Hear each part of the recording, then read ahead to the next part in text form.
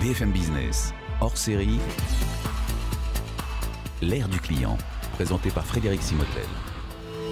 Aujourd'hui, tiens, on va rentrer un peu plus dans le cœur du réacteur. On va parler des API. Vous savez, ce sont ces interfaces de programmation. Ça vous paraît un peu complexe peut-être si vous ne baignez pas dans cet univers, mais vous allez voir comment tout ça améliore le business. S'ouvrir aux API, c'est ça qui va aider les entreprises. C'est la nouvelle étape, en effet, l'ouverture des API, l'API économie, comme vous dites, Frédéric.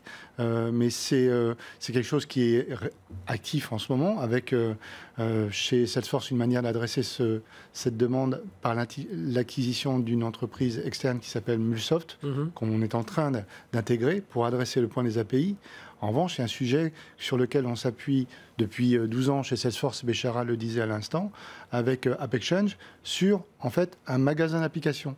Qu'on comprenne bien, les API, j'appelle ça, c'est des interfaces de programmation, oui. Si on traduit au mot à mot, c'est ça. C'est-à-dire, il y a un besoin métier, on le verra tout à l'heure avec SNCF Voyage, voilà, de traitement de certains types de requêtes.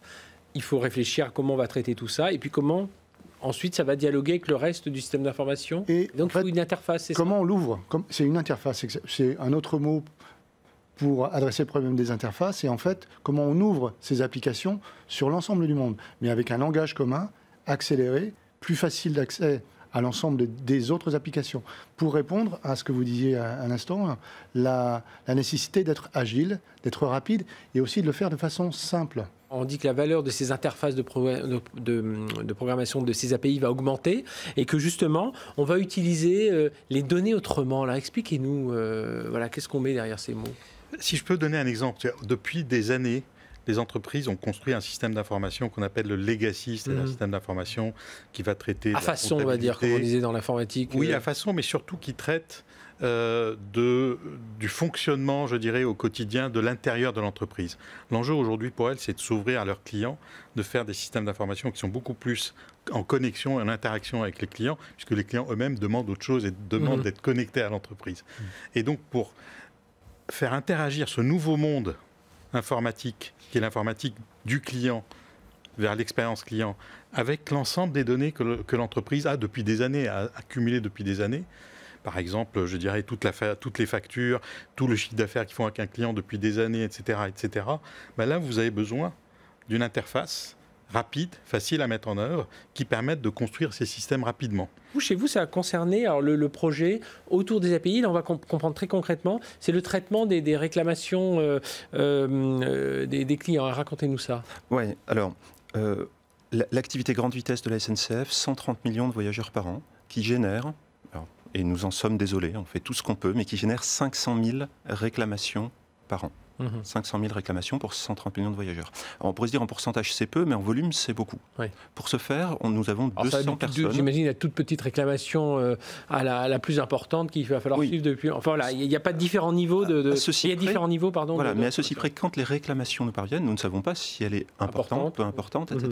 Ce qui est magique, et nos 200 agents qui travaillent quotidiennement à traiter ces réclamations le savent, c'est que nous avons la possibilité, c'est un peu la dernière boucle de rappel, le dernier filet, nous avons la possibilité sur une situation de voyage qui n'a pas été optimale, finalement, de transformer un irritant en remerciement. Donc on a des collègues qui sont extraordinairement engagés pour traiter ces 500 000 réclamations. Pour autant, 500 000 réclamations, 200 agents, on voit bien que c'est compliqué. Donc une première étape consiste à rentrer dans une approche plateforme. Alors une approche plateforme, Salesforce en propose, et nous avons conduit ce projet-là avec Salesforce. Une approche plateforme, c'est quoi ? C'est à la fois, certes, du logiciel, pour traiter ce qu'on appelle des cases, des réclamations, mais également de la data, qui est rendue accessible nativement, naturellement par ces systèmes, et tout un écosystème partenaire. OK, nous avons informatisé, dématérialisé le traitement des réclamations. Concrètement, cela veut dire qu'on reçoit moins de réclamations par courrier, puisqu'on peut le faire en ligne depuis son smartphone, etc., etc.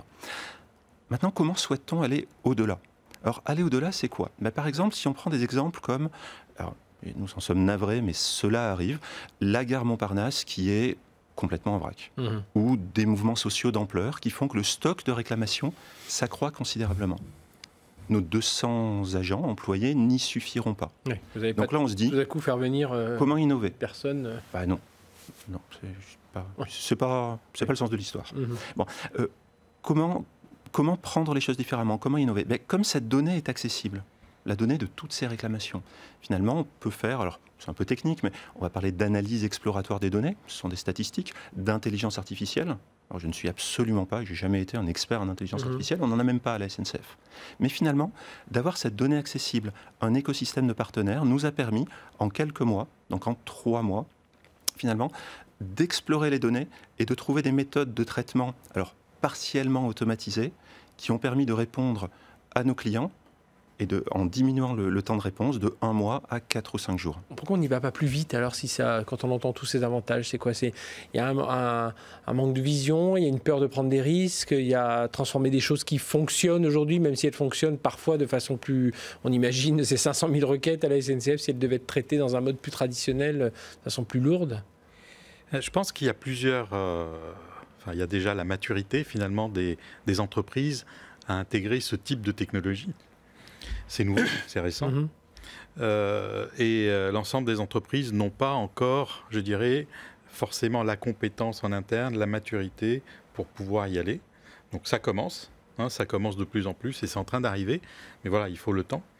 Ça, je dirais que c'est un premier point. Et le deuxième point, il y a l'histoire.